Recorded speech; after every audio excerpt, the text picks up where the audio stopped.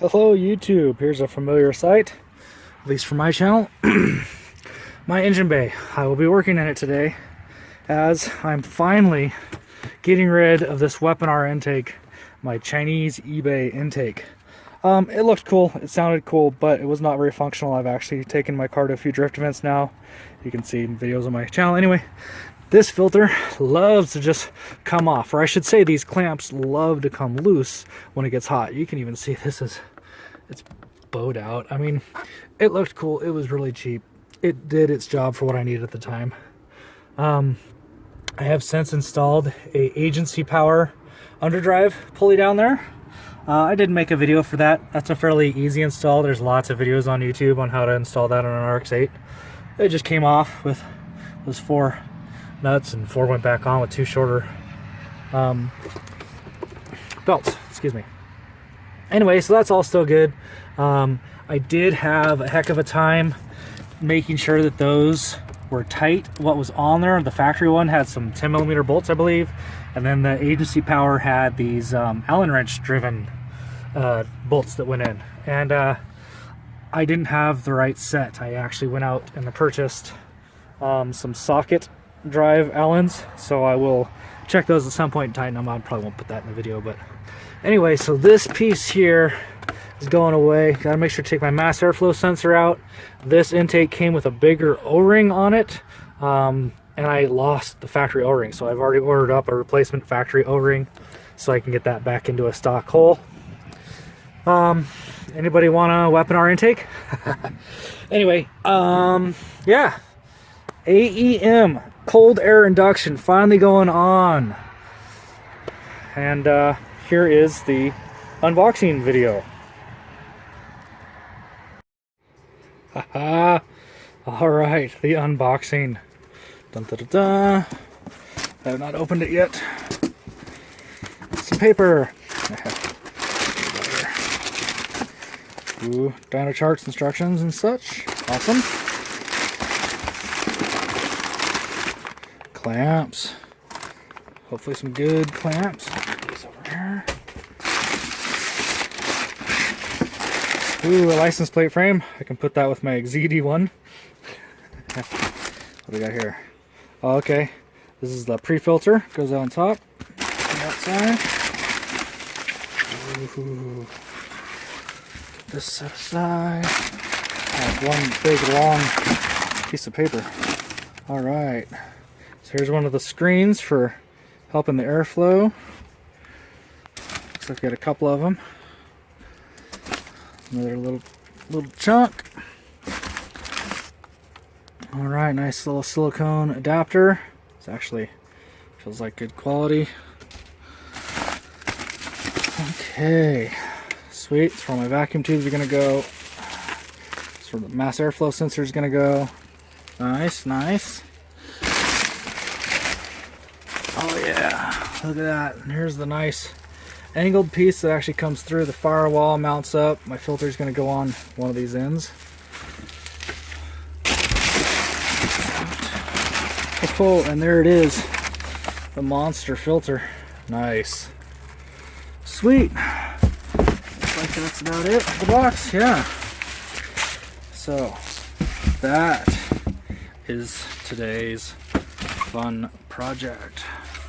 Now I know they make cold air intakes, or there's a company that makes them that all these little screen pieces are actually built into one long tube that comes out. Some people prefer that look, but you know what?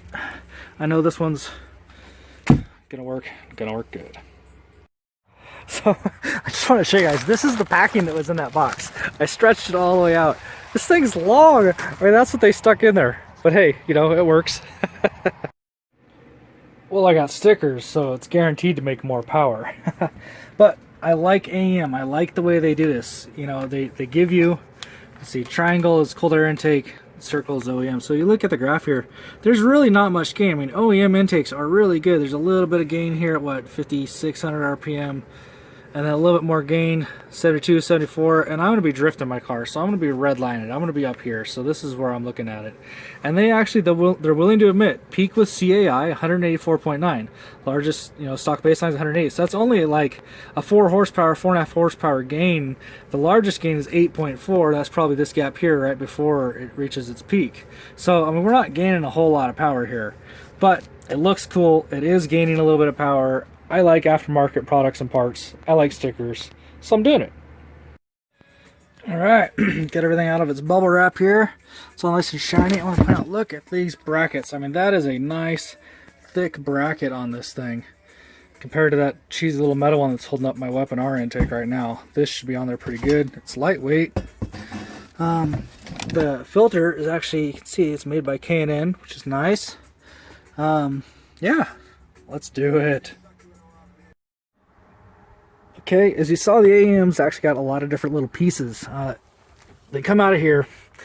There's a long one. You've got an adapter that goes on here for the screens, and then another screen, and then it goes into here. And then I've got to remove the front bumper and get this stuff off. I'm not going to show you how to take the bumper off. Again, there's plenty of videos on how to do that. Most of my videos are for my reference and my friends to watch. But yeah, I will get started. I would like to point out, man, I mean, I've almost always used flatheads for these things, and I happened to buy the right tool one day, and let me tell you, it makes it so much easier to get in there and get these things up. Now, of course, not this one. Alright, so having the right tool always makes it easier, get yourself a set of those things, or you can use a flathead, pop out the, 5 or 6 of these, little piece comes out, set it aside, and you can actually see here is the factory cold air tube that comes here, and then it's open on this end. So this is where I'm actually getting my air, well, where I was when I had the factory box. Right now this thing's just sucking hot engine air in. But anyway, this is where the Mazda RX-8 gets its factory air from. This stuff's all going to get pulled out, and yep. Well, I guess I am kind of showing how to take it off. But anyway, there's 4 nuts right here. They're 10 millimeter. And then you'll see I've got it already moved on this side. It's a little plastic clip, kind of like the retainer clips that hold everything else in, so you can just get your tool in here. It's hard to do while I'm filming. Anyway, get your tool in there and pop that off. Comes off pretty easy. On both sides, you're going to want to pop out any remaining plastic clips that you may have left in there. Some of mine are missing. But basically, you're loosening up this bottom one so that you can also loosen this top one, because right up here, if you can kind of see that, there is a Phillips head that holds a side marker on, and you got to get that off. And I believe there's one more nut back up in here. Once I find that, I'll show you. So once you get out this little Phillips head screw, it was up in there, and you just kind of wiggle. I just kind of wiggled mine. Eventually it popped, came out, and then you want to be careful. Your cords are still attached here. So I'll have to unplug the bulb out of here, and then this will just pop right out, and you want to do that to both sides. Alright, I thought I remembered there being a bolt in here, but maybe I forgot to install it or something last time. I don't know. Anyway, it's just that. These both sides pop out. You take it out of both sides. It's loose. Now that this is loose, and it would at this point come off, except that I have a tow hook installed. So, of course, my bumper won't come off. Oh, another thing I did was, there was a couple of these, you can see it's all busted up. A couple of these were still stuck on mine, so I did have to remove them. If your front valence, or whatever this is called, air splitter, if that still has all of the screws in it, you'll need to take those out. But I want to point out, I still have my factory fog lights, so I'm actually hung up now on the connector cable for those. So once I disconnect that, this bumper should come all the way off. Alright, so once I got that fog light disconnected, the bumper literally came off. And see what's left here? These pieces are going to have to come out, and up under there will be where the new intake goes. Please read and follow all instructions provided by AEM or whatever your manufacturer is, as I am not a certified technician, and I just make these videos for fun. Okay, so this is a 10 millimeter bolt here. Took it out. There's a couple more of these clips here. Use your tools and pop that out. You're gonna be popping this one out to get this piece out of the way. Then there's 2 more here you can see that hold this piece on. And then once I get out of the way, I believe this piece is coming out too.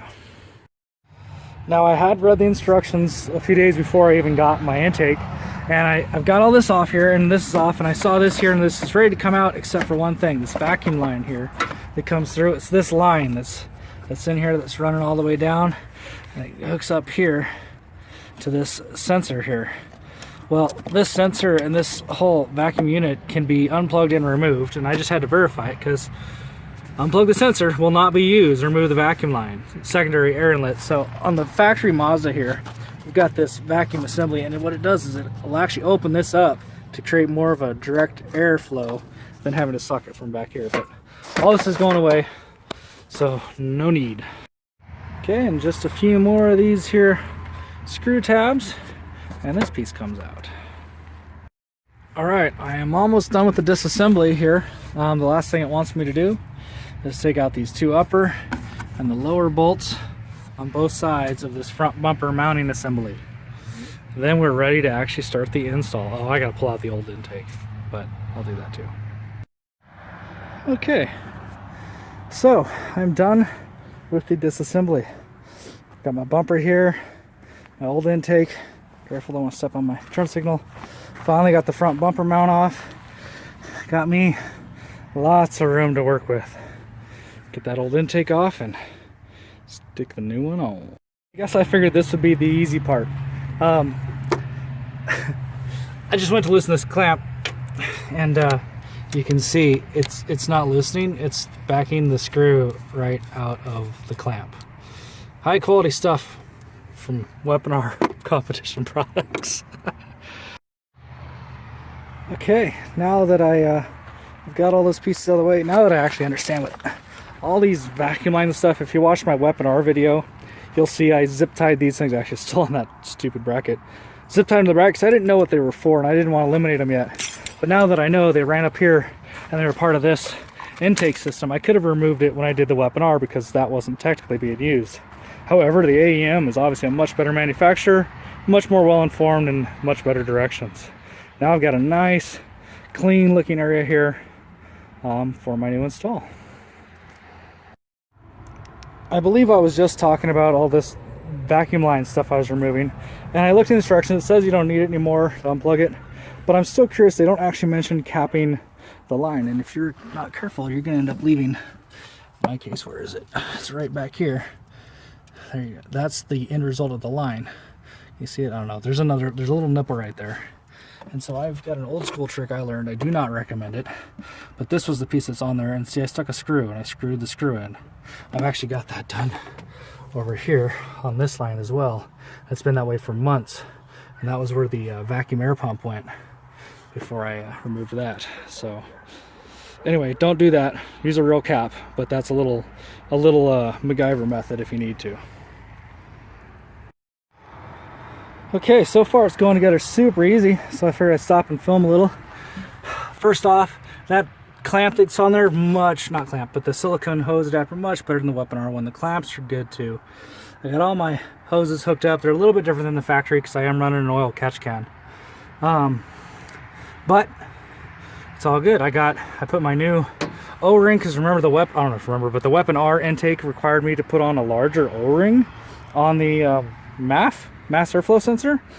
I'm assuming their production just wasn't good enough to be the right size. Anyway, I had to order a factory one. I got that on there, and now I've got my two screens in here, and just working my way. I got everything just a little bit loose still, so I can get it aimed into the hole here. Looking good. All right, getting close. I got this piece in place, and at first it looks like it's not right. It's just floating there, but that's what the directions actually say to do here. And we've got these spacers, and they're going to go right there on both sides. Well, anyway, they'll go right there, and then these long bolts come through. And I did want to point out, they did include a little cap for that vacuum line, the one that I stuck a screw in earlier, but they intend for this little cap to be used, I'm assuming, on like that little metal wire line that's coming down there. But I went ahead and removed it all the way back to the throttle body, or sorry, the upper intake manifold there, and stuck my little screw on. But they do provide you a cap for that vacuum line, so good. All right, got the one side on, so you put the small washer on it, and then you come back through the back side here, find your hole, come out. You put your spacer on here. And then you put your big washer. And then your nut. And then with more than one hand. Anyway, go ahead and tighten that up and voila. Well, there it is. Look at that thing. Giant cold air intake filter. Nice, clean looking engine bay now. Oh yeah, thank you AEM. Now I just gotta put my bumper back on and all the bumper supports and all that junk. But the intake is done. The car is technically drivable at the moment. Not that I drive it like this. So as I'm putting stuff back together here, I cut a hole in this to make room for it. I like my car to be fairly factory looking, so that way it, you know, just looks good. So it was a little sloppy, but it's a hole. It works. Okay, I almost forgot to install my outer filter. That was a little bit hard to get on with everything else in place, but I still got it in there. So if you watch this video first. Well, she's alive and running. All set up, all hooked up, all done, bumpers in place. I gotta work on this thing here and do a better job, but it's all busted up from, drifting, so that's nothing from the install, but yeah, we are looking good. Oh yeah, I'm gonna zip tie. This is that one plug. I don't need any more. I'm gonna zip tie that cable up, get it out of the way. But there she is, all this old junk off. Oh yeah. Well guys, thanks for watching. Hope you enjoyed as always. I will keep you updated. I know my Weapon R intake system had a bunch of issues with the clamps, but I can tell already that these clamps and everything are much nicer. I shouldn't have any issues at all with this. My filter. Alright. Oh, you guys can't see that, can you? It's sitting right here. Just barely touched it. It's basically getting, can you see the logo?